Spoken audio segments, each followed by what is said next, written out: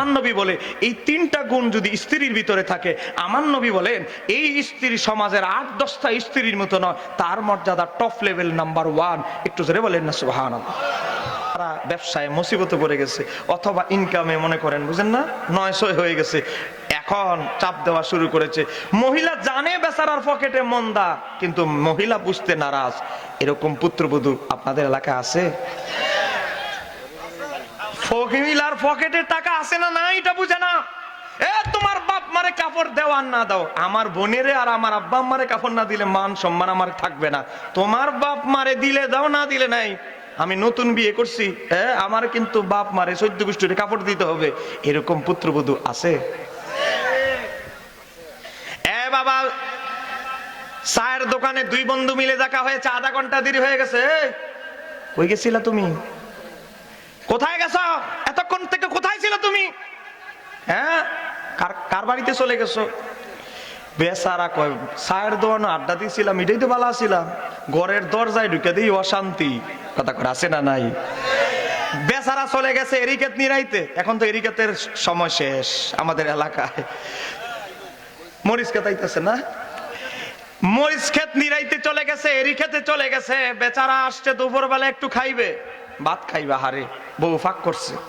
দরজার সামনে দাঁড়াইছে, তুমি আইসছো, মোবাইলটা নিয়ে গেলে না কেন? কি হয়েছে? কি হয়েছে? আমি গাট্টি কুসকা গুল করে ফেলেছি, বাবার বাড়ি চলে যাবো। কেন, কি হয়েছে? তোমার মা যে কথাগুলো আমার মা বাবারে বলেছে, আমি আর এই সংসারে থাকবো না। বেচারা কই এরি খেতে আসিলাম, এটাই তো শান্তিতে আসিলাম, ঘরের ভিতরে ঢুকে দেখি অশান্তির আগুন জ্বলতেছে। কথা কনা কেন, ঠিক কিনা? বেচারা কো বাচ্চা 2টা হয়ে গেছে, এদিক দিয়ে বাচ্চারও মায়া, মা বাবাও ছাড়তে পারে না, বাচ্চার মায়াও ছাড়তে পারে না। এরকম 2 নৌকায় ফাড়া দেওয়া অনেক স্বামী আছে না নাই? অনেক সময় অত্যাচার, মা বাবাকে সামনে অত্যাচার করে, কুটু কথা বলে, শুধু বউ চলে গেলে বাচ্চাগুলোর কি হবে? অনেক স্বামী বাচ্চাদের মায়ায় তার বাবা মার নির্যাতন সহ্য করে যায়। কথা কনা কেন, ঠিক কিনা? আপনাদের এলাকা নাগেরচরের কথা কইতেছি না, আমি চিটাঙ্গের কথা কইতেছি। আমার বাবারা ভাইরা, এই যে আমার নবী বলতেছে, আমি গিয়ে জাহান্নামের মধ্যে দেখলাম এক প্রকার মহিলাদেরকে মাথার মগজগুলো ঠোকরায় ঠোকরায় খাচ্ছে, মাথার মগজগুলো ঠোকরায় খাচ্ছে, আর জোরে জোরে হাউমাউ করে চিৎকার দিয়ে কান্নাকাটি করতেছে। আমার নবীকে জিবরাইল বলে, ওই ইয়া রাসূলুল্লাহ, এরা হলো আপনার উম্মতের ওই মহিলা সম্প্রদায় যারা স্বামীকে মানসিক নির্যাতন করত, মানসিক ভাবে পেরেশানির মধ্যে রাখতো। এই জন্য আমার আল্লাহ জাহান্নামের মধ্যে তাদের মাথার ভিতরেই আযাবের ব্যবস্থা করেছে। এজন্য আমার এলাকা, এটা নাগেরচর কোন পাড়া? নাগেরচরের উত্তর পাড়া। আর আমাদের দিনী বোনেরা, আমি দেখেছি অনেক মহিলা এসেছে, প্যান্ডেল ভরে গেছে, যারা আমার 30 বছরের উপরে যাদের বয়স। আমি হাত জোর করে অনুরোধ করছি, আর যাই করেন স্বামীকে মানসিক ভাবে নির্যাতন করার চেষ্টা করবেন না। কেননা আমার নবী নিজে প্র্যাকটিক্যাল জাহান্নামের ভিতরে ঢুকে দেখে এসেছে, যারা স্বামীকে মানসিক ভাবে নির্যাতন করে, আমার আল্লাহ জাহান্নামে তাদেরকে এই ধরনের আযাবের ব্যবস্থা করে রেখেছে। আল্লাহ আমাদের এলাকার, আমাদের এই অঞ্চলের, আমাদের অঞ্চলের মহিলাদেরকে স্বামীর প্রতি অনুগত হওয়ার তৌফিক দান করুক। আর একটু জোরে বলেন। তেমন বিয়া শাদী করছে না, লেগে আমিন বলে না, একটু জোরে বলে না। বিয়া করছো না, করবা আর কি কিছুদিন পরে, আমিনটা কও। বাবা 19 থেকে 20 হয়েছে, বিয়ে করেছে মাত্র 6 মাস। বলেন বয়স কত? 6 মাস। উসিল একটা বউ, উসিল একটা খুঁজতেছে, শাশুড়ির লোকে একটা গন্ডগোল লাগানো যায়। এই গন্ডগোল উসিলায় চলে যাবে কুমিল্লা টাউনে, নাহলে ঢাকা শহরে, না হলে গরিপুরা কাছে, না হলে গরিপুরা। বাবা উসিলা খোঁজে, উসিলা খোঁজার পরে বলে, তুমি কি আমি আমারে চাও না বাপ মা চাও? বেচারা পড়ে গেছে মুশকিলে, কারণ বাচ্চা একটা অলরেডি হয়ে গেছে, বাচ্চা একটা হয়ে গেছে। এখন কোন দিকে যাবে বেচারা? 2 নৌকায় পা দিয়ে এখন কোন দিকে যাবে? বাবা মুসিবতে পড়ে গেছে। এই অবস্থায় বাবা মাকে গ্রামের বাড়িতে ফেলে দিয়ে, টিন সিট ঘর, ছিদ্র হয়ে গেছে টিন। বাবা বৃষ্টির পানি পড়ে বল দিয়া রাখে, কোনো সময় বালতি দিয়া রাখে, কারণ ঘর তো ভিজে যাবে। এই ধরনের বহু বাবা মা ভুক্তভোগী আছে না নাই? জোরে বলেন, আছে না নাই? এই যে আমার পাশে গ্রাম খন্দকারচর, বাবা 5 ছেলে, এক ছেলে ব্যাংকের ম্যানেজার, প্রাইমারি স্কুলের মাস্টার, 100-200 কোটি টাকার মালিক, কিন্তু বাবার জানাজা মারার পরে দৌড়ে সবাই আসছে। বাবার জানাজাটায় কোন রকম দৌড়াদৌড়ি করে এসেছে, কোন রকম, নাম বলতে চাচ্ছি না। আমাদেরকে রাস্তায় দেখলে বলে তোরা অনেক ভালো, তোর আম্মা 4 জনরে হুজুর বানাইছে, তোরা বহুত ভালো আছস। আর আমি আমার এক ছেলেরে ডাক্তার বানাইছি, অমুক বানাইছি, শিল্পপতি বানাইছি। কিন্তু কোন রকম জোড়াতালি দিয়ে, তা আবার বৌমা আসে নাই, বৌমা বেলে ব্যস্ত, শ্বশুরের সর্বশেষ চেহারাটা দেখতে পারে নাই, এই ধরনের। এজন্য বলছি উচ্চ শিক্ষা নয়, সুশিক্ষা দেওয়ার চেষ্টা করেন সন্তানদেরকে। এই কথা বলে না কেন, ঠিক কিনা? আমরা মুসলমান হয়েছি, কিন্তু আমাদের বাচ্চাদেরকে সবার আগে যে জিনিসটা শিক্ষা দিতে হবে এটাই আমরা শিক্ষা দেই না। আমরা মনে করি কিন্ডারগার্টেন ইংলিশে কথা বলতে পারলেই মনে করি আরে বাবা আমার ছেলে তো বহু উন্নত লেখাপড়া করেছে। মনে রাখতে হবে আমার নবী বলেছে উম্মত তোমার শিশু বাচ্চাদেরকে সবার আগে যে জিনিসটা শিক্ষা দিতে হবে সেটা কোরআন তেলাওয়াতের আগে, নামাজের আগে, সব কিছুর আগে তোমাদের বাচ্চাদেরকে শিক্ষা দাও আদব। বলেন কি? আরো জোরে বলেন, সেটা কি? আদব। আপনি মাইন্ড করবেন না যাদের নাতি আছে, সন্তান আছে, যাদের বাচ্চাদের বয়স 8 বছর 6 বছর, কয়বার আপনার বাচ্চাকে আদব শিক্ষা দিয়েছেন? আপনি শিক্ষা দিয়েছেন এ বাবা আমি কিন্তু আমার বাবা মানে তোমার দাদা, তাকে সালাম করো, স্কুলে যাচ্ছ, বার্ষিক পরীক্ষা দিতে যাচ্ছ, হাতে চুমু দাও, কদমবুচি করো, কোলাকুলি করো, তার থেকে দোয়া নাও। তোমার দাদি মানে আমার মা, তার থেকে দোয়া নাও, সালাম করো। প্রতিটা ঘাটে ঘাটে আপনি যদি রাস্তা দিয়ে হাঁটেন, জুমার দিন নামাজ পড়তে গিয়েছেন, আপনারা কি এই কথাগুলোর জন্য বিরক্ত হচ্ছেন নাকি? এগুলো আমার বলতে হবে, এগুলো সামাজিক রোগ, সমাজে এগুলো ভরে গেছে। আপনার বাচ্চাটাকে ধরে যদি আপনি বলতেন এ আমার সন্তান, উনি আমার চাচা, তোমার দাদার বাবা, তাকে সালাম করো, কদমবুচি করো। আপনি যদি জুমার দিন আপনি আপনার বাচ্চাটাকে হাতে ধরে আপনি নিজে কবর জিয়ারত করতে যান, নাতিটাকে নিয়ে যেতেন, এই ছেলেটা যখন বড় হতো, আপনি যখন মারা যাবেন, সে আপনার কবর জিয়ারত নিজে তো করবে, তার সন্তানকে, তার আওলাদকেও কবর জিয়ারত করতে নিয়ে যেত। এই কথা বলেন না কেন, ঠিক কি না? আজকে যদি আপনি আপনার সন্তানদেরকে আদব শিক্ষা দিতেন, আপনি যদি আপনার সন্তানদেরকে কদমবুচি করা, আজকে যদি আপনি কোরআন সুন্নাহর ইসলামী বইগুলো দিতেন, ইসলামী বইগুলো দিতে গেলে সে পড়তো বাবা মার অবাধ্য হওয়ার কি গুনাহ, বলেন পড়তো কি পড়তো না? সে সন্ত প্রতিবেশীর কি হক, সে জানতে পারতো। একটা রাস্তায় মুসাফির দেখা দিলে তার সাথে কি ব্যবহার করতে হবে, রাস্তার পাশে চাচা তার সাথে কি করতে হবে, রাস্তায় চলতে গেলে রাস্তার আমার নবী যে আদব শিক্ষা দিয়েছে, রাস্তার ময়লাটা কাটাটা এটা সরাইয়া দাও, এটাও সদকা। সে আজকে খাঁটি মানুষ হতো, কিন্তু আজকে আপনি মনে করেছেন এই প্লাস পাওয়া এটাই অনেক শিক্ষা, অনেক কিছু অর্জন করেছে। সুশিক্ষা আর আদব আমাদের সন্তানদেরকে শিক্ষা না দেওয়ার কারণে আজকে বৃদ্ধাশ্রম গুলোতে মানুষের জায়গা হচ্ছে না। বৃদ্ধাশ্রমে আজকে বলতেছে আমাদের এত কোঠা নাই, জায়গা নাই। কথা বলেন না কেন, ঠিক কিনা? এ বাবা আমি চট্টগ্রামের রাঙ্গুনিয়া থানার একটা ঘটনা বলছি। ঘটনাটা আজ থেকে 10 মাস আগের ঘটনা। একজন প্রাইমারি স্কুলের হেডমাস্টার ছিল, রিটায়ার্ড পারসন, 20 লাখ টাকা পেনশনের টাকা পাইছে। এখন মনোযোগ, ছেলে হলো 2টা, মেয়ে হলো 2টা। সন্তান কয়জন? জোরে বলেন কয়জন? প্রাইমারি স্কুল থেকে বেটা হেডমাস্টার রিটায়ার্ড হয়েছে, 20 লাখ টাকা পাইছে। 2 মাইয়া আর 2 ছেলের নজর চলে গেছে 20 লাখ টাকার ভিতরে। বোন তোরা আসছে, বোন হলো বুঝেন না কূটনৈতিক, 2 বোনে আর 2 ভাইয়ে মিলে এখন বাবার টাকাগুলো কেমনে দখল করা যায় বলতেছে, বাবা তোমরা তো আমরা বোনের আর ভাইয়েরাই লালন পালন করবো, তো তুমি কোন সময় মরে যাও, টাকা দিয়ে তোমার কি দরকার, আমাদেরকে ভাগ করে দিয়ে দাও, আমরাই তো পাল্টায় পাল্টায় তোমাদেরকে লালন পালন করব সুন্দর করে। সাইরি ফাঁসা কত? 20। বলেন সাইরি ফাঁসা কত? সুন্দর করে 60 জনে 5 লাখ টাকা করে ভাগ করে নিয়ে বোনেরা তো বুঝেন না সংসারে চলে গেছে। এখন ভাইয়ের বউ একজন আরেকজনের কাছে ঠেল্লা ফাটায়, একজন আরেকজনের কাছে ঠেল্লা ফাটায়, আর বউ নাই, বউ মারা গেছে। এখন বেচারারে দেখার কেউ নাই, একজন আরেকজনের উপরে ঠেলে। কথা বলেন এমন আছে না নাই? বড় ছেলের বাড়িতে গেছে, বড় বউ কয় আম্মা আপনি খালি আমার বাড়িটাই চিনেন, আমার জামাই আপনার 3 ছেলেরে ফাইল্লা বড় করলো, আপনি দ্বিতীয় ছেলের কাছে যান। দ্বিতীয় ছেলেকে আমার বউটা করা, আম্মা তুমি 3 নম্বর ভাইয়ের কাছে কয়দিন থেকে আসো, বেডি খালি গুড়ার তালে আছে, সর্বশে ও স্বামীর একটা টিনের ছোট ঘর আছে, এটা মেরামত করে এখানে আছে। মেম্বার সাহেবকে বলে, মেম্বার সাহেব আমার জন্য একটা রিলিফের সাইল যদি ব্যবস্থা করা যায়, বিধবা ভাতা যদি ব্যবস্থা করা যায়, অথচ ছেলে কিন্তু 4 জন এসির বাতাস খাচ্ছে। কথা করা আছে না নাই?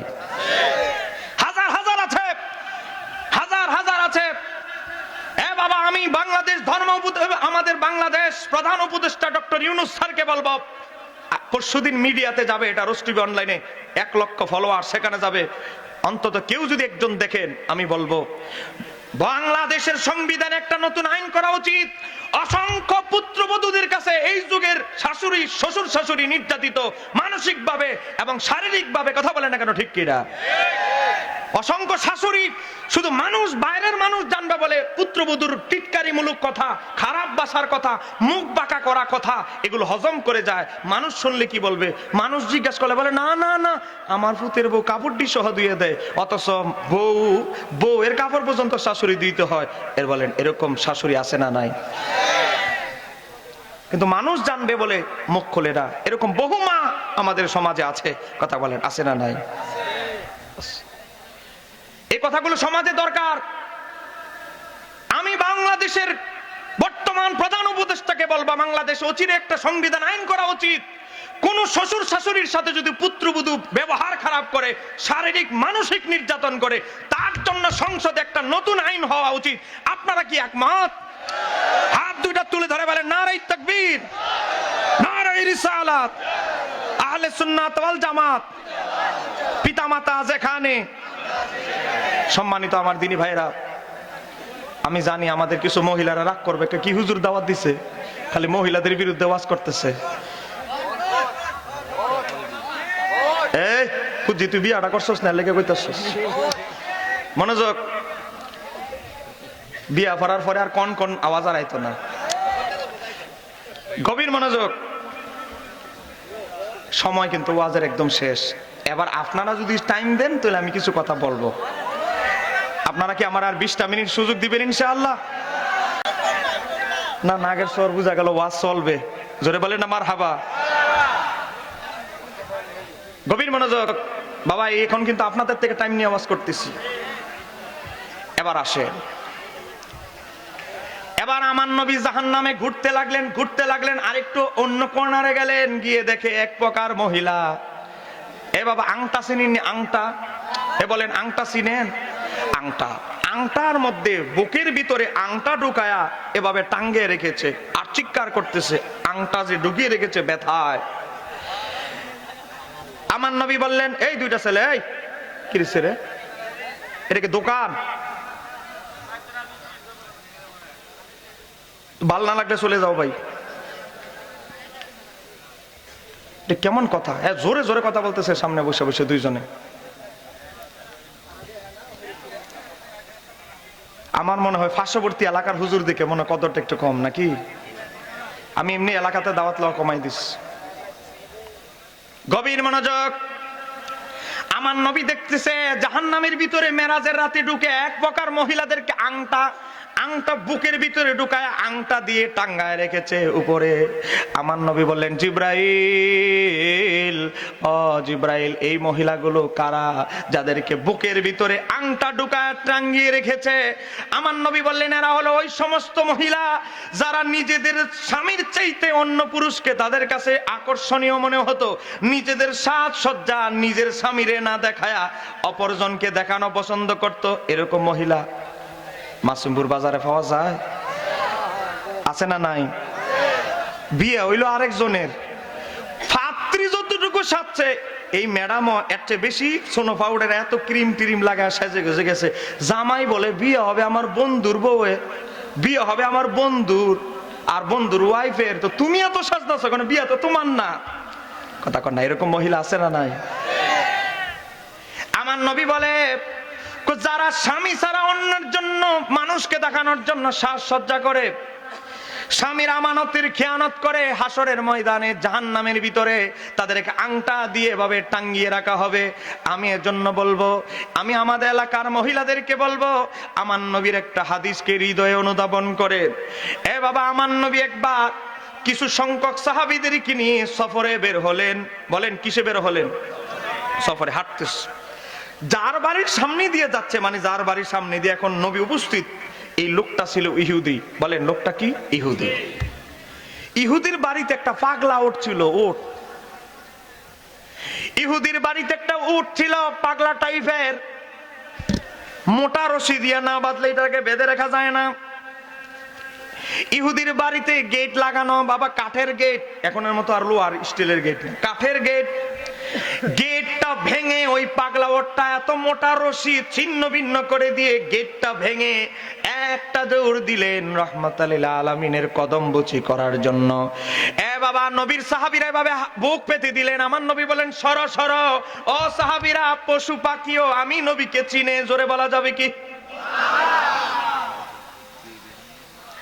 আমার নবী বলেন সাহাবীরা আমার নিরাপত্তা দিতে হবে না, এই ওট আমাকে কিছু করবে না, তোমরা সরো।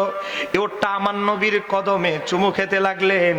আর আমার নবী ওটটা যখন কদম বুচি করতে লাগলেন, আমার নবীর পা মোবারকে চুমু খাইলেন। আমার নবী একটু বসে গেলেন, ওটটা আমার নবীর কানে কানে ফিস ফিস করে কি যেন বলতে লাগলেন। বলেন ওটের ভাষা আমার নবী জানে কি জানে না? আরেকটু ধরে বলেন জানে কি না? উট কি যেন আমার নবীর কান মোবারকে ফিস ফিস ফিস ফিস করে বলতেছে। আমার নবী মাথা নাড়ায়া বললেন ঠিক আছে ঠিক আছে। আমার নবীর সাহাবী একজন ছিল, তার নাম হলো মুআজ ইবনে জাবাল। আমার নবী মুআজ ইবনে জাবালকে বললেন, হ্যাঁ মুআজ, এই উটের মালিক ইহুদি বেচারাকে ডেকে নিয়ে আসো। গেলেন, বাড়িতে কেউ আছেন? কাশি তো। আচ্ছা আপনি আসেন, আমাদের নবী আপনার সাথে কথা বলবে। আপনার ওট কি জানি কানে কানে গিয়ে বলছে আমার নবী আপনাকে ডাকতে বলেছে।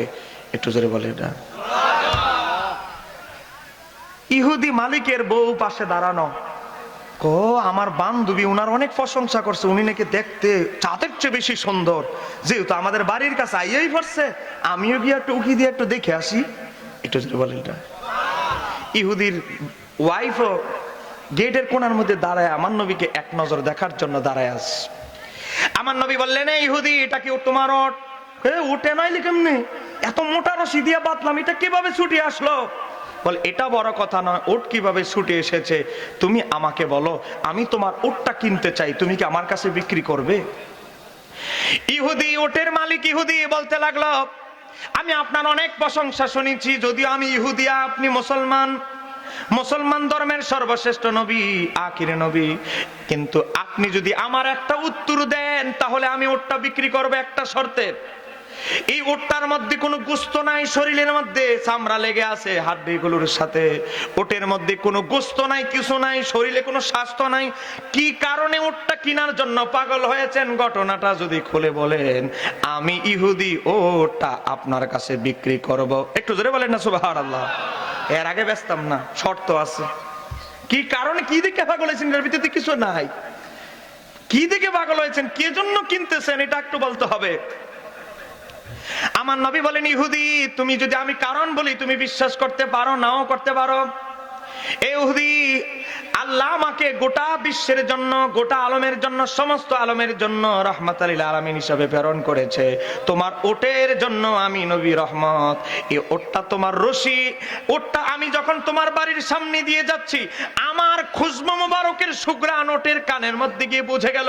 ওটটা রশি ছিন্ন ভিন্ন করে আমার কদমে এসে আশ্রয় নিয়েছে, আমার কদম মোবারকে চুমু খেয়েছে, আর আমার কানে কানে বলেছে, ইয়া রাসূলুল্লাহ, আপনি উট জাতির জন্য রহমত, আপনি যদি সমগ্র জাতির জন্য রহমত হয়ে থাকেন, ইয়া রাসূলুল্লাহ আমি আপনার কাছে আশ্রয় চাচ্ছি, সাহায্য চাচ্ছি। আমার যে মালিক ইহুদি, সে আমার 3 বেলার মধ্যে 1 বেলা খাবার দেয়, আর অনেক মারধর করায়, বেশি কাজ করায়, এজন্য আমার মানসিক ভাবে আমি বিকারগ্রস্ত হয়ে গেছি, আমি অসুস্থ হয়ে গেছি। ইয়া রাসূলুল্লাহ এই জালেম মালিক থেকে ক্রয় করে আপনি আমাকে উদ্ধার করেন। ইহুদি বলতেছে, আচ্ছা দাঁড়ান। বউর কাছে গেছে, বউর কাছে গিয়া কানে কানে কইতেছে, তুমি কি কেউর কাছে কইছো আমি যারে যে ওটারে যে ফিডাই? না আমি কেউর কাছে বলি নাই। কাছে এর জিয়া যে বেশি বেশি কাজ করাই রেখে তুমি তোমার কোনো বান্ধবীর কাছে বলছো? না আমি কারো কাছে কই নাই। ইহুদি আবার আসলো, আপনি এই কথা কেমনে জানেন? এই লোক, এই উটকে যে আমি বেশি বেশি মারধর করি এটা তো কেউ জানে না। এই উটটারে যে 3 বেলার মধ্যে 1 বেলা খাওয়া, এটাও তো কেউ জানে না আমার ঘরের ভিতরের কাম কাজবার। আপনি কেমনে জানেন? আমার নবী বলে তোমার ওটই আমাকে কানে কানে বলেছে। অতএব এই উট আমার কাছে আশ্রয় চেয়েছে, একে আমি মুক্ত করতে হবে, তুমি যত টাকাই চাও না কেন। বলে আমি 1 টাকার দরকার নাই, এই উটকে আপনাকে হাদিয়া দিয়ে দিলাম, আমি আর আমার স্ত্রী 2 জন মিলে আপনার কালেমা পড়তে চাই। তো বলতে পারেন এই ঘটনাটা কেন বললাম? উট যখন নবীকে সেজদা দিল, উট যখন আমার নবীকে সেজদা দিল, মুআজ ইবনে জাবাল তখন বলল ইয়া রাসূলুল্লাহ আপনি অনুমতি দেন, আমিও আপনাকে সেজদা দিতে চাই। আমার নবী বললেন মুআজ ইবনে জাবাল, মুআজ রে, আমার পূর্ববর্তী শরীয়তে সেজদা ছিল, আল্লাহ যদি ইসলাম ধর্মে কাউকে সেজদা দেওয়ার অনুমতি দিতেন, স্ত্রীকে হুকুম দিতেন তাদের স্বামীর পায়ে সেজদা দেওয়ার জন্য, আমার শরীয়তে আল্লাহ ছাড়া আর কাউকে সেজদা দেওয়া যাবে? জোরে বলেন যাবে? ইমাম আহমদ ইবনে হাম্বল মুসনাদে আহমদে বর্ণনা করেছে, ইমাম সুয়ুতি আল খাসায়েসুল কুবরার মধ্যে বর্ণনা করেছে। সম্মানিত আমার দিনী বোনেরা, মা বোনদেরকে বলবো, আপনার যদি স্বামী খুশি থাকে তাহলে মাওলাও খুশি। কথা কন না কেন, ঠিক কি রে? বাবা আমি শেষ করে দিচ্ছি, আপনাদের থেকে সময় নিলাম আমি। জান্নাতে আমার নবী যাবেন, সব নবীর আগে জান্নাতে আমার নবী ঢুকবেন। কোন সন্দেহ আছে? বলেন না, কোনো সন্দেহ আছে? আমার নবীর আগে কি কোনো নবীও জান্নাতে ঢুকতে পারবে? হিলিয়াতুল আউলিয়া কিতাবের মধ্যে এসেছে, আমার নবী একবার বেলালকে মজা করে বলতেছেন, আমার নবী মাঝে মাঝে কৌতুক করতেন, কৌতুক রসিকতা করতেন।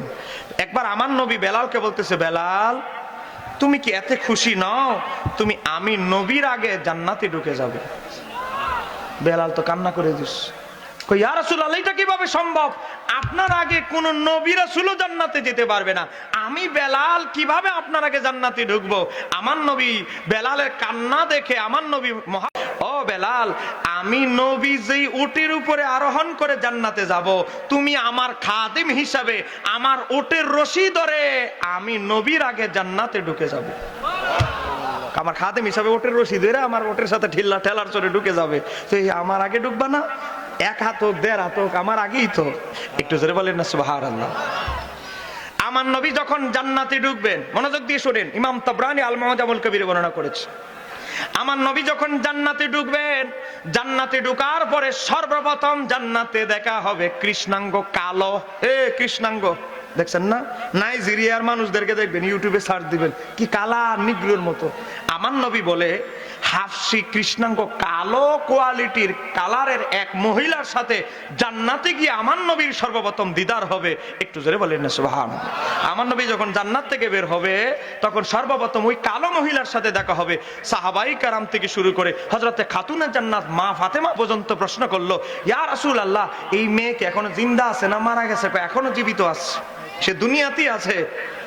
তার সাথে জান্নাতে আপনার দেখা হবে। আমি ফাতেমার সাথে, ফাতেমারও আগে দেখা হবে, আপনার বিবিদেরও আগে তার সাথে দেখা হবে। এই মহিলা কি এমন কাজ করেছে আমি একটু জানতে চাই। আমার নবী বললেন, সে একজন কাঠুরের স্ত্রী, তার স্বামী কাঠ বিক্রি করে, জঙ্গল থেকে কাঠ ক্রয় করে, অর্ধেক টাকা সে দান সৎকা করে, আর অর্ধেক টাকা দিয়ে স্বামী স্ত্রী খাবার সংগ্রহ করে। একটু জোরে বলা যাবে কি? আর এই মহিলা এমন পরহেজগার মহিলা যে স্বামীর অনুমতি ছাড়া ঘর থেকে বের হয় না, স্বামীর অনুমতি ছাড়া নফল রোজাও রাখে না, এমনকি স্বামীর অনুমতি ছাড়া তার বান্ধবীও যদি ঘরে আসে তার সাথে দেখা করতে, বান্ধবীদেরকে পর্যন্ত ঘরের মধ্যে ঢুকতে দেয় না। একটু জোরে বলা যাবে কি সুবহানাল্লাহ।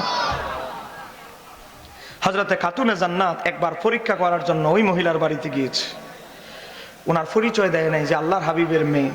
বহুভাবে কৌশল করে চেষ্টা করেছে তার ঘরে ঢোকার জন্য, বলে না আমার স্বামীর অনুমতি ছাড়া মহিলা, পুরুষ তো দূরের কথা, কোনো মহিলাকে আমি ঢুকতে দিব না। বাবা আমি আমার এলাকার মহিলাদেরকে বলবো, একটা স্বামীকে খুশি করতে অনেক কিছু, অনেক বেশি খেদমত লাগে না, একটু ভালোবাসা, একটু মহাব্বত দরকার। এই জন্য নাসাই শরীফের হাদিসের মধ্যে এসেছে, কি এসেছে এই হাদিসটা বলে আমি আমার আলোচনা শেষ করছি। আমি কি হাদিসটা একটু বলবো? বলেন বলবো? যারা বিয়ে করছেন তারা গিয়ে আপনাদের ম্যাডামকে গিয়ে হাদিসটা শোনাবো। আজকের আলোচনা শেষ করে দিচ্ছি একটা হাদিস বলে।